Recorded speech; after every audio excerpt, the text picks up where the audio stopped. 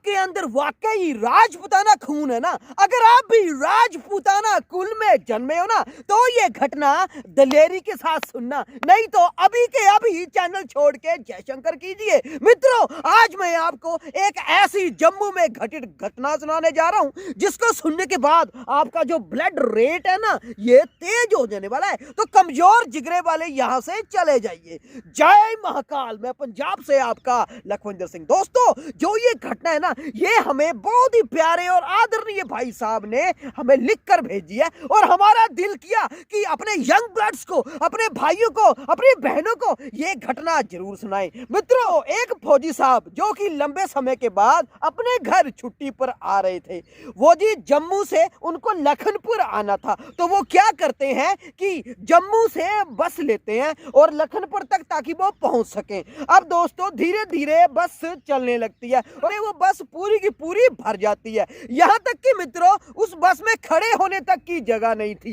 अब बस जम्मू से लखनपुर तक की यात्रा के लिए चल चुकी थी। मित्रों, वो देखते हैं कि थोड़ी सी देर में ना एक शराबी बस में चढ़ जाता है। मित्रों, कुछ शराबी ऐसे होते हैं ना कि जिनको पछती नहीं है, वो पीने के बाद अपने आप को बादशाह समझने लगते हैं। तो मित्रों, जो वो शराबी होता है, पहले तो अपने फोन में ऊंचे ऊंचे गाने लगाने लगता है, उसको कुछ जगह मिल जाती है तो वहां खिसक के बैठ जाता है। अब मित्रों, बस थोड़ी सी आगे चलती है तो यहां तक कि सतवारी के आसपास दो लड़कियां बस में चढ़ जाती हैं, शायद कोई स्टूडेंट होंगी। अब जी शराबी को तो वहां पच नहीं रही थी और बस पूरी की पूरी भरी हुई थी। दो लड़कियां बस में खड़ी हो जाती हैं।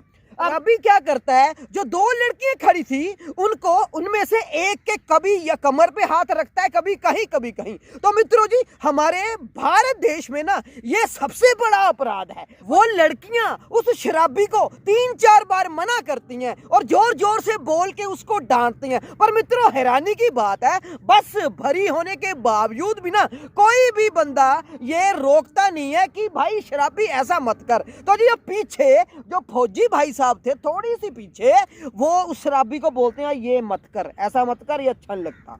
तो जी शराबी थम जाता है कुछ मिनट, उसके बाद फिर से उसको पछती नहीं है, तो जी शराबी भाई साहब फिर से वही हरकत करता है शराबी जो उसने पहले की थी। लड़कियां फिर कहती हैं उसको, फिर सारी जो बस होती है वो अब भी शांत होती है, कोई रिएक्शन नहीं कर रहा होता यार, हद। तो जो फौजी भाई साहब होते हैं वो उठ के उसके पास आते हैं, उसको समझाते हैं अब मत करना।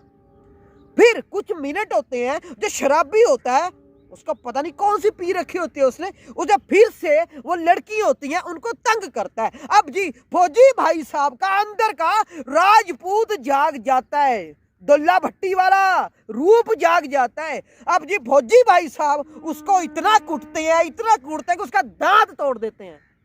इस एक्शन के होते ना एक वहां बुजुर्ग अंकल जी होते हैं, वो भी फौजी साहब की मदद के लिए आ जाते हैं, और जो शराबी होता है ना वो इतनी जोर से लात मारता है उन बुजुर्ग अंकल को। आप शराबी के संस्कार देख लीजिए। चलो संस्कारों की बात ही छोड़िए, जो शराबी है उसमें संस्कार कहां से होंगे। बुजुर्ग को इतनी जोर से लात मारता है, बुजुर्ग बेचारे बहुत दूर गिरते हैं। अब जी फौजी साहब का जो गुस्सा था वो पहुंच चुका था 7 में आसमान पे। फौजी साहब बड़ी जोर से ललकार के बोलते हो ड्राइवर बस रोक।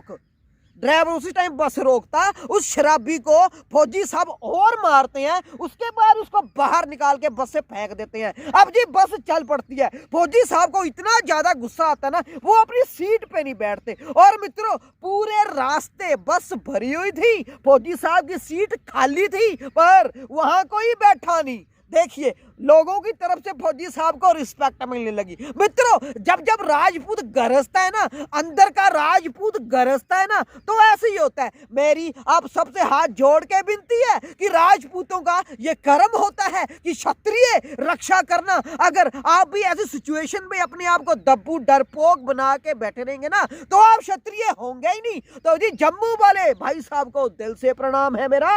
आप ऐसे ही, आप फौजी भाई भी हैं, पर फौजी भाई से ज्यादा आपके अंदर एक रूल रेगुलेशन वाला राजपूत हिलोरे मार रहा है। आपको भोले बाबा तरक्की दे, लंबी आयु बख्शे। सभी का आभार सुनने के लिए, और आप भी ऐसे ही कीजिए। जय माता।